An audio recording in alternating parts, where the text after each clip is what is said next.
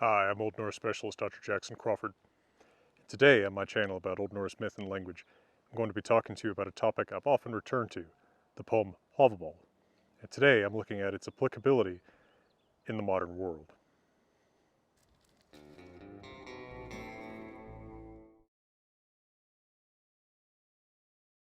Hávamál is well known as a, quote, code of Viking ethics, although that doesn't really do justice to the poem, as it really has a universally applicable set of wisdom proverbs that aren't particularly restricted to Viking culture or any other culture. In fact, a lot of the proverbs in Hávamál, emphasizing things like sobriety, probably are at odds with the majority in Viking Age Scandinavia.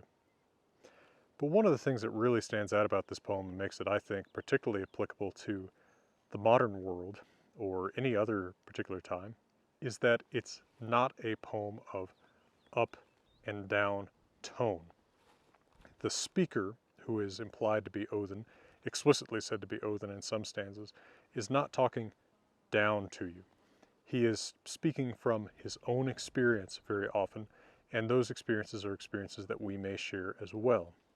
He doesn't stand on a mountaintop and say, don't drink. He says, I've been drunk. I've been too drunk when I was at Fjallar's house, in a famous stanza, emphasizing that what he talks about in emphasizing that we ought to be sober or at least moderate in our drinking is something that he has learned from his own time drinking too much rather than something that is simply, again, being handed down from a mountaintop, from a pedestal. Even the particular titles that the speaker takes upon himself are not the titles of Godhead for the most part, but the titles of human holders of wisdom, particularly the title Thulr. Now, Thulr is quite a mysterious word in Old Norse. It's already archaic in the language of the Eddas and Sagas. It's even archaic in something as old as Beowulf, composed somewhere between 800 to 1000 in Old English, a closely related language where we see the cognate word Thyla. Thyla is the title of Unferth, the sort of PR guy of Hrothgar who confronts Beowulf when he first shows up. So Odin says that he's speaking from the Thulr's stool, the Thulr's chair at the well of Urthr. Now, of course, the well of Urthr is not a place that you or I can easily access, but still the position is not the king's stool, right? It's not Hlíðarskjólf, it's not Odin's own throne, his own place of surveying the worlds. It's rather a place that is situated within the context of a human role of someone who might be expected to have wisdom such as is shared in Hávamál. And while he might speak of kings and princes, for example, he talks about the Þjóðans barn, right, the prince's son. The actual lifestyle implied in the stanzas of Hávamál is not that of a particularly wealthy man. It's of someone wandering in the world alone, which is not something a wealthy person at this time, or perhaps our own time, is particularly likely to do. Right, so for example, in the very first stanza, he talks about being cautious when you enter an unknown place because you never know where your enemies might be inside. Not a concern, perhaps, for someone who's traveling with a retinue, but definitely a concern for the solitary wanderer. And in fact, wealth, we are told, is the least faithful of all friends. And a memorable stanza 78. Fullar grindr so ek hyr fitjung sonum. Nu bera þeir vonarvól. Svo auður sem augabragð. Hann valdastur finna. I saw big herds of cattle owned by a rich man's sons. Now they carry a bigger staff. Wealth is like the twinkling of an eye. No friend could be more faithless. Again, it's not just in talking about sobriety that the speaker, Odin, emphasizes his own experience in gaining this wisdom.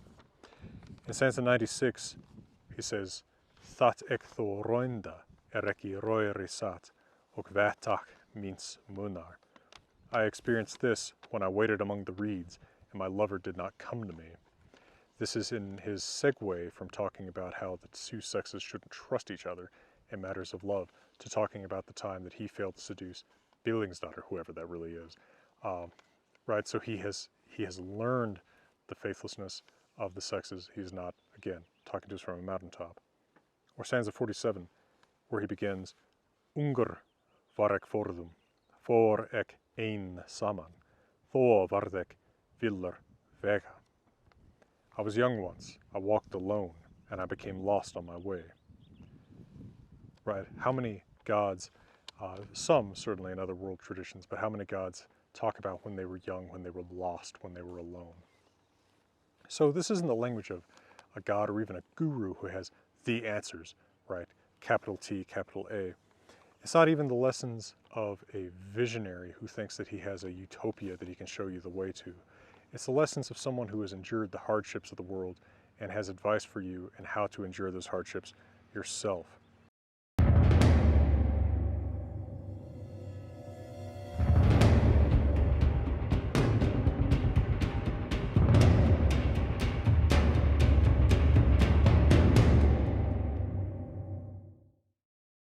One of those ever-present challenges that we have to endure, of course, is the fact that human beings come to hate each other and to fight.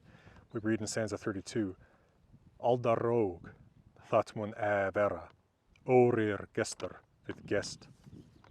There will always be conflict between men. A guest will fight a guest. Now, Hávamál, as well as some Old English poems like The Wanderer, freely refer to all human beings as guests, as we are in this mortal life.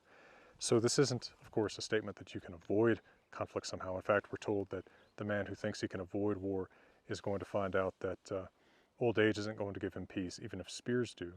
In fact, this is the text of a society that fully believes that we are all going to deal with conflict and strife, the strife-torn days, as Beowulf calls them.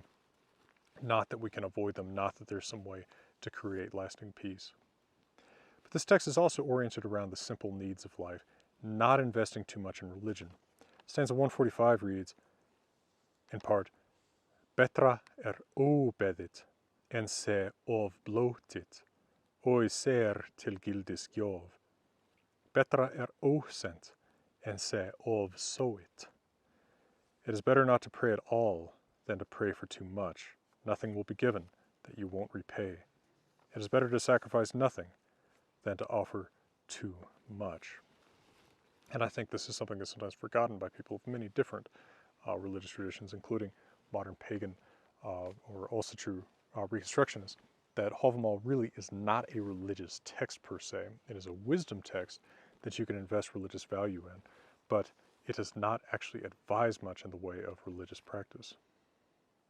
In other words, this is a book for any time, and for our time included.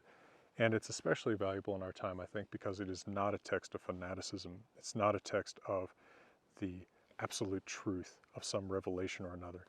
Instead, it's the text of life being what it is and death being what it is.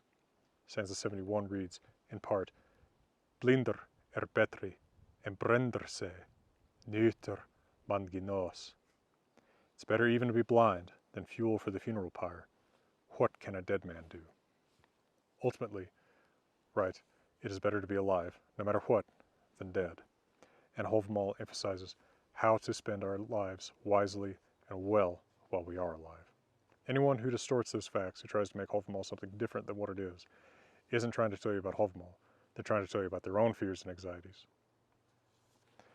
Well, I hope this video has been a somewhat interesting or informative look at Hávamál. I hope that if you enjoy Hávamál, that you'll look for my upcoming book, The Wanderer's Hávamál, coming in fall. That will include not only my English translation, but also my cowboy Hávamál, and the Old Norse text with a thorough commentary by me emphasizing the needs of relative beginners to the Old Norse language, explaining difficult words and phrases and things like that, as well as pointing out interesting relations to other texts, interesting similarities with other texts, curious cultural background, all kinds of things like that. It'll, I think, really be the ultimate Hávamál. And I make these videos and I make these books because I don't believe that information ought to be locked up in an ivory tower, and I also don't like the way that it gets distorted by online gurus. So I'm trying to bring the best information that's available out there out of the ivory tower to you for free. And if you appreciate what I'm doing. I hope you'll check out some of my other videos. I hope you'll check out my Patreon as well. And of course, check out my books, including the upcoming Wanderers, Hávamál. And for now, from beautiful Wyoming, let me wish you all the best.